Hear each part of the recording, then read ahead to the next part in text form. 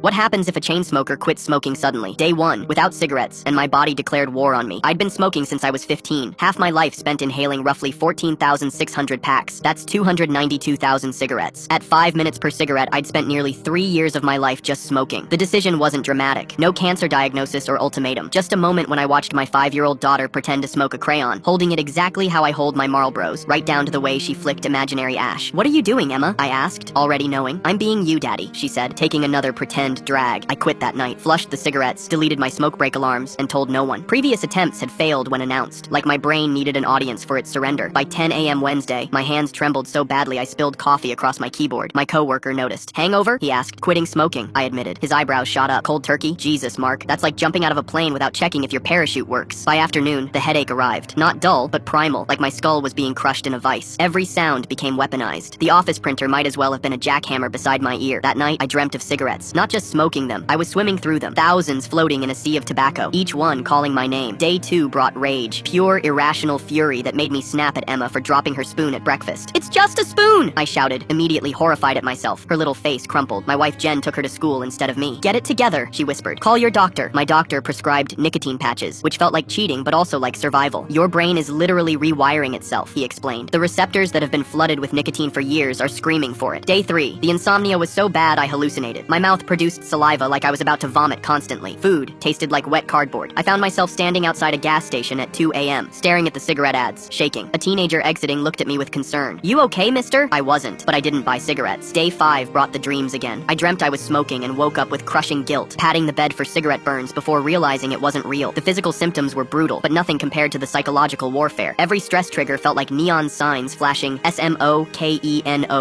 Day 7. I could suddenly smell everything. My coworker's cologne from across the room, the garbage from inside the house while I was still in the driveway, the lingering smoke in my car upholstery that I'd been noseblind to for years. I deep cleaned my car that weekend, gagging at the yellow residue that came off the windows. Day 14. I could climb the stairs without sounding like I was dying. My daughter noticed. "Daddy, you're not making the scary breathing anymore." Day 30. The craving still ambushed me, but less frequently. I'd gained 8 pounds, but my skin had lost its grayish tint. My wife kissed me one morning and paused. "Your mouth tastes different," she said. "Better." Day 60. I found an old jacket with a forgotten pack in the pocket. Instead of excitement, I felt revulsion. I showed my wife, who watched nervously as I crushed each one under the faucet. "I didn't think you'd actually do it this time," she admitted. "Neither did I confessed. "It's been 6 months now. The money I've saved, nearly $2,000, paid for Emma's first real bicycle and a weekend away with my wife. My persistent cough disappeared. Food tastes incredible. Sometimes I still reach for cigarettes that aren't there. Phantom limb syndrome, but for addiction. But when Emma hugged me yesterday and said, 'You smell nice, Daddy,' instead of wrinkling her nose and pulling away, I knew with absolute certainty I would never smoke again. The war isn't over, but for the first time, I'm winning."